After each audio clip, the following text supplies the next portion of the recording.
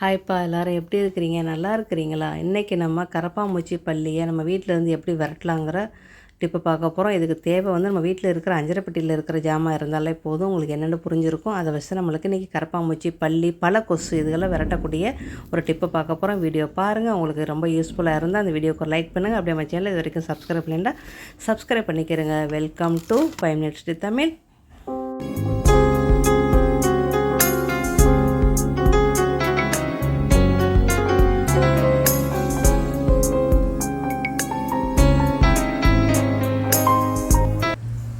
பல்லி கரப்பாம்பூச்சியை எப்படி ஓட நம்ம வீட்டிலேருந்து விரட்டலாம், எப்படி வந்து அதை குறைக்கலாம் அப்படிங்கிற டிப்பை பார்க்க போகிறோம். அதுக்கு தேவை வந்து நம்மளுக்கு ஒரு 3 ஸ்பூனு இல்லைன்னா ஒரு 5 ஸ்பூன் அளவுக்குள்ளே கடுகு வேணும். ஒரு 1/4 கப்பு கடுகு எடுத்துக்கிறேங்க. உங்களுக்கு அதிகமான இடமா இருந்தால் 1/4 கப்பு எடுத்துக்கிறேங்க. இல்லை கொஞ்சம் இடத்துல தான் உங்களுக்கு பல்லி கரப்பாம்பூச்சி நடமாட்டம் இருக்குது அப்படின்னா 2 ஸ்பூன்லேருந்து 3 ஸ்பூன் அளவுக்கு எடுத்துக்கிறேங்க.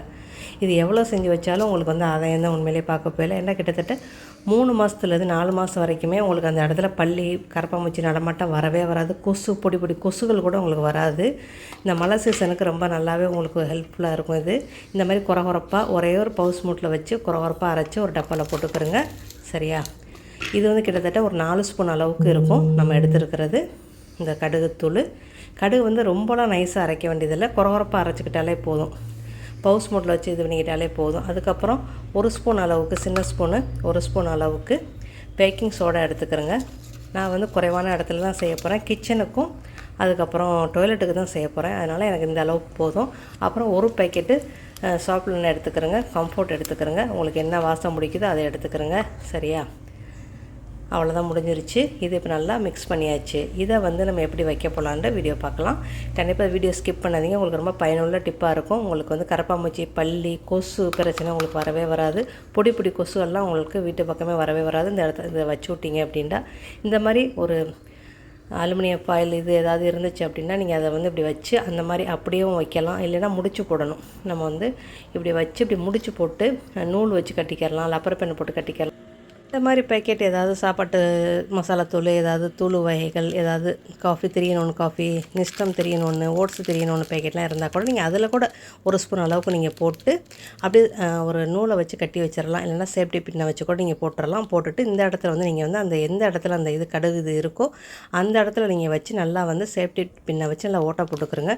நிறையா துவாரங்களே போடுங்க. அப்போ தான் அந்த வாசம் வந்து உங்களுக்கு அந்த கரப்பாம்பூச்சி பல்லி கிட்ட வந்தாலும் உங்களுக்கு வராது. கொசு தொல்லைகளும் இருக்காது. அந்த பல கொசுன்னு சொல்லுவோம்ல, அதுக்கெலாம் இது வரவே வராது. கண்டிப்பாக ட்ரை பண்ணி பாருங்கள்.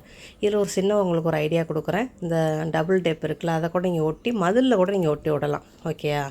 மதிலில் ஒட்டிக்கிட்டா கூட உங்களுக்கு அந்த இடத்துல வர்ற பல்லி கரப்பாம்பூச்சி உங்கள் வீட்டுக்குள்ளே வராது.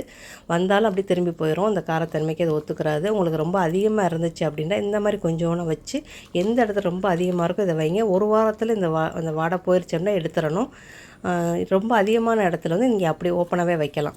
ரொம்ப கொஞ்சம் குறைவாக இருக்குது, உங்களுக்கு ரொம்ப நாளைக்கு வரணும் அப்படின்னு நினச்சிங்கன்னா இந்த மாதிரி முடிச்சு போட்டு அதில் வந்து சேஃப்டி பின்னை வச்சு நல்லாவே ஓட்டை போட்டுக்கிறோங்க. இன்னும் கொஞ்சம் பெரிய ஊசியாக இருந்தாலும் நல்லது தான். பெரிய ஊசியாக இருந்தால் ஒரு 4 ஓட்டை போட்டிங்கன்னா போதும். அந்த மாதிரி போட்டு வச்சுக்கிறோங்க. ஓகே, இப்போ எல்லாமே ரெடி பண்ணியாச்சு. ரெண்டு மாதிரி ரெடி பண்ண போகிறோம். ஒன்று வந்து இந்த டப்பா இன்னும் கொஞ்சம் இருக்குது, எடுத்து வச்சுருக்கிறேன். இன்னும் 1 ஸ்பூன் அளவுக்கு வச்சுருக்கிறேன். இந்த டப்பாவில் வந்து இந்த மூடியிலேருந்து முதல்ல ஓட்டை போட்டுக்கிட்டு வந்துடுறேன். இது நல்லா கொஞ்சம் பெரிய துவாரமாக போட்டாச்சு.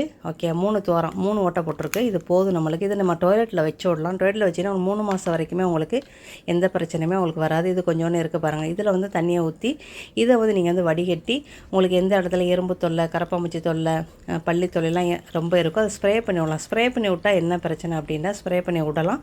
நம்ம அந்த மதிலையோ அந்த தரையவோ தொடச்சிட்டோம் அப்படின்னா அந்த இது அப்படியே போயிடும். மறுபடியும் நீங்கள் அந்த இடத்துல ஸ்ப்ரே பண்ணி விடணும்.